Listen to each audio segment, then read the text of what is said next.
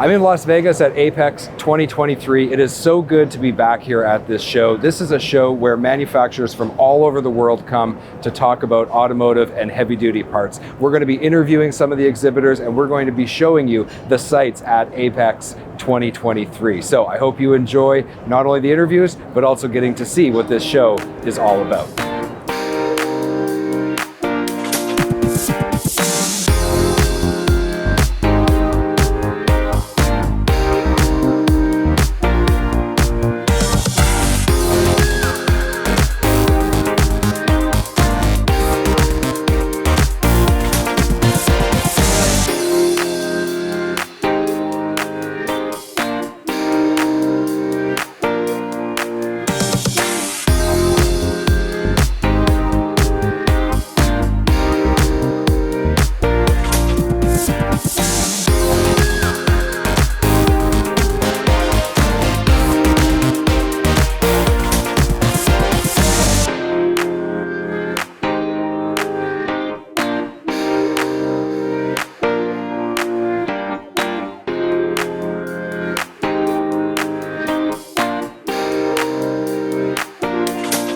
We're here at AAPEX 23 in Las Vegas, and I'm excited to give you an update with our guest today on how things are going with Right to Repair. It is an ongoing challenge for heavy duty, especially. It impacts us in very specific ways, and I'm looking forward to talking to Ann Wilson, who is the Senior Vice President of Government Affairs at MEMA, and is a returning guest on the Heavy Duty Parts Report, but this time we get to do it in person. Ann, welcome back to the show. Thank you. Nice to see you in person. Great. It is. And at AAPEX too. This is great. To be surrounded by all of these people who care about the industry, it's great. Absolutely. Yeah. And this great sign. Well, and speaking of this great sign, that's what we're here to talk about today, isn't it? Right to Repair. You gave us some really great information in our previous conversation, but that was almost a year ago, maybe even a little more than that. And we'll include links in the show notes so that you can go back and listen to that conversation. But today I'd like an update from you, if at all possible. What's happening with Right to Repair? What do we need to know in heavy duty? Yeah, we're really at a crossroads. We have a piece of legislation introduced in the United States Congress, in the United States House, HR 906, and it actually provides the right to repair, so data access to consumers or their designees for repair and maintenance of vehicles. And the important part is it includes light vehicles, so our individual consumer vehicles, but it also includes heavy vehicles.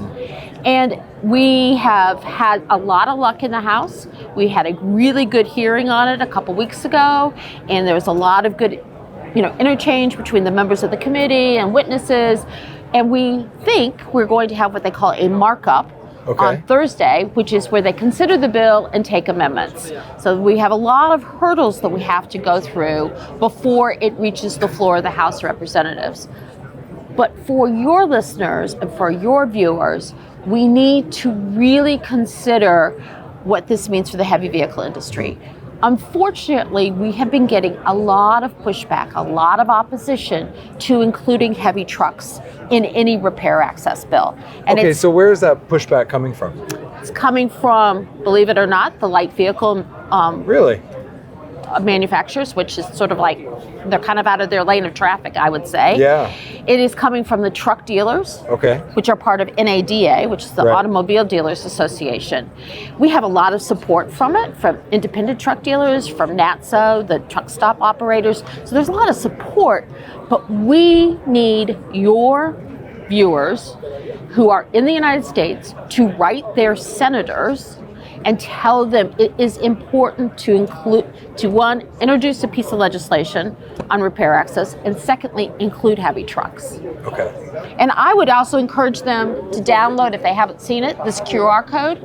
This gives you access to the newest information and the newest grassroots messages, what we need right now. Because let's face it, we're going to get a lot of opposition to this bill, and it's very organized opposition. But we've got to make sure that everybody understands, if you got it, it came on a truck. And we need all those trucks operable for the U.S. economy. We need it for the trucking industry. And one way to make sure that happens is to pass repair access that includes heavy vehicles. Well, and that's just it. If the OEMs were completely vertically integrated and they were the only ones to serve the trucking industry, our whole economy and all of the movement of goods would grind to a halt. They would never be able to handle all of that. The aftermarket side, the independent side is critical to the success of the trucking industry, providing us with what we need, as to your point. If you like it, it came on a truck. Yeah, and we've got members as suppliers and manufacturers who do updates for trucking fleets all the time. Yeah. And if they can't have that continued access, you're saying you have to go through a dealership? Or you have to go back to the vehicle manufacturer to get those updates. Anytime that a truck's out of service, that is delaying freight. That's right. We've seen that at the Texas-Mexico border. We see this all the time in weather. We do not need to make that situation worse by not providing repair access. And all you need to do is think back to when the supply chain collapsed during COVID to see the implications on our economy, on our day-to-day lives. Like, this is a significant challenge. We're going to take a quick break to hear from our sponsors. We'll be right back. This episode of the Heavy Duty Parts Report is brought to you by Find It Parts, your ultimate destination for heavy-duty truck and trailer parts. Discover a vast range of parts at finditparts.com. Don't spend hours a day looking for parts. Instead, visit finditparts.com and get them right away. Parts availability and quality have a big influence on fleets and owner-operators' total cost of operation. If they can't find a part, it means more downtime. If they install a low-quality part and it fails, it means even more costs like tow bills, hotels, meals for the driver, and lost revenue. That's why we recommend Sampa. They manufacture a wide range of advanced parts for commercial vehicles. Their website has an intelligent product search engine and broad coverage of suspension, steering, and fifth wheel components. Expect more. Expect Sampa. Visit sampa.com today. Now, how important is it for each person listening, if you're from the US and you work in the industry, how important is it for each one of them to take the step of submitting their information and getting their voice heard? Years ago, decades ago, I was on a whole different issue, meeting with a very powerful member of the House of Representatives. And we provided that member with a list of our members in a trade association in his congressional district. And we had a good meeting, we talked about the issue, we left, and apparently right after that, he looked at his staff and said, how come I did not know this? How come I did not know how many members of this industry were in my district? Because they're his constituents, they're his voters. So you need to think of yourself as part of the industry, but think of yourself as part of a congressional district, part of a state. You're those voters. You need to help educate your elected representatives on what's important, and then you need to push them diplomatically, but push them to support having repair access and having heavy trucks in there. Well, and the other part of it, in my opinion, too, is that when you think about this organized opposition to right to repair, they're putting forward very well articulated arguments as to why very it should well go funded. away, and it's very well funded. But that doesn't give them the whole picture. No. And so when we add our voice, then we're giving added context to the entire picture, and we're helping our elected officials actually represent us and make the best possible decision for us. Yeah, So it's critical. If they only hear from dealers, they're going to assume that that's the only side of the story. So they need to hear from both sides, and they need to hear from you. Yeah. We can help you with this. The QR code can help you with this.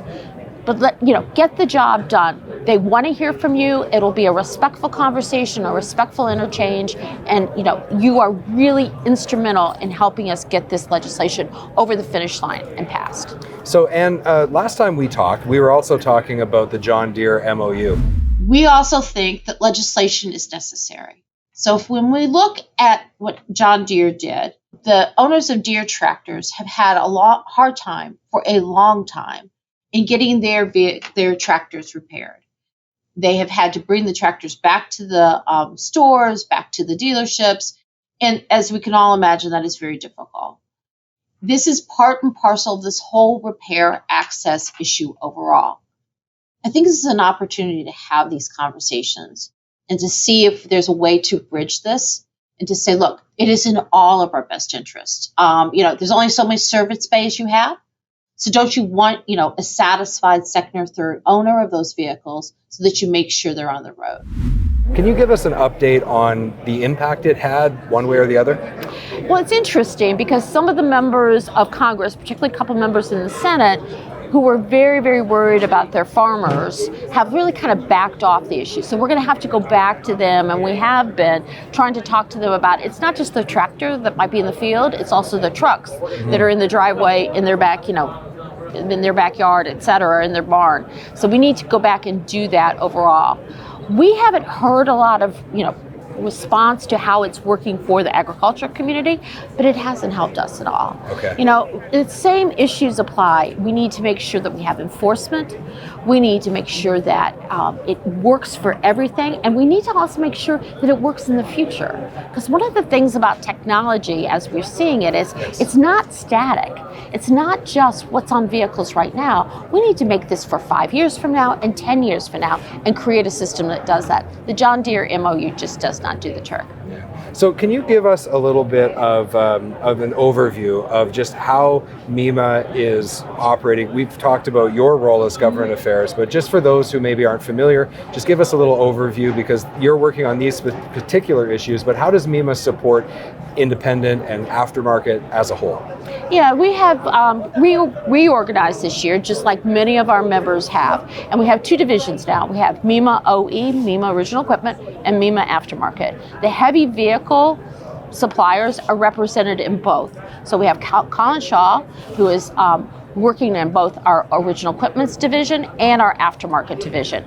We are able to use the resources we have and the contacts we have, whether it's with the White House, whether it's with Capitol Hill, whether it's with the states, and able to use them for all of our membership. Because one of the things we keep trying to remind people, our suppliers are the largest employer of manufacturing jobs in the United States. And that includes all of our suppliers, not just our OE suppliers, but our aftermarket suppliers. Fantastic. If people would like to learn more, they should go to MEMA.org. Absolutely. MEMA, the Vehicle Supplier Association.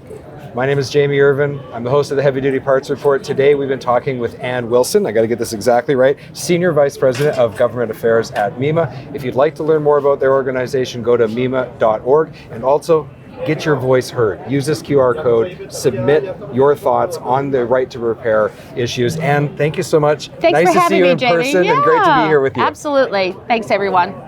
It was great to speak to exhibitors and people who are genuinely interested in protecting things like right to repair and making sure that our industry remains strong. Looking forward to sharing all of the conversations with you. Tune in to heavydutypartsreport.com to follow the show for free, or you can go on YouTube or wherever you get your podcast and you'll be able to see all of the great conversations we've had here at AAPEX 23. Can't wait to be back next year.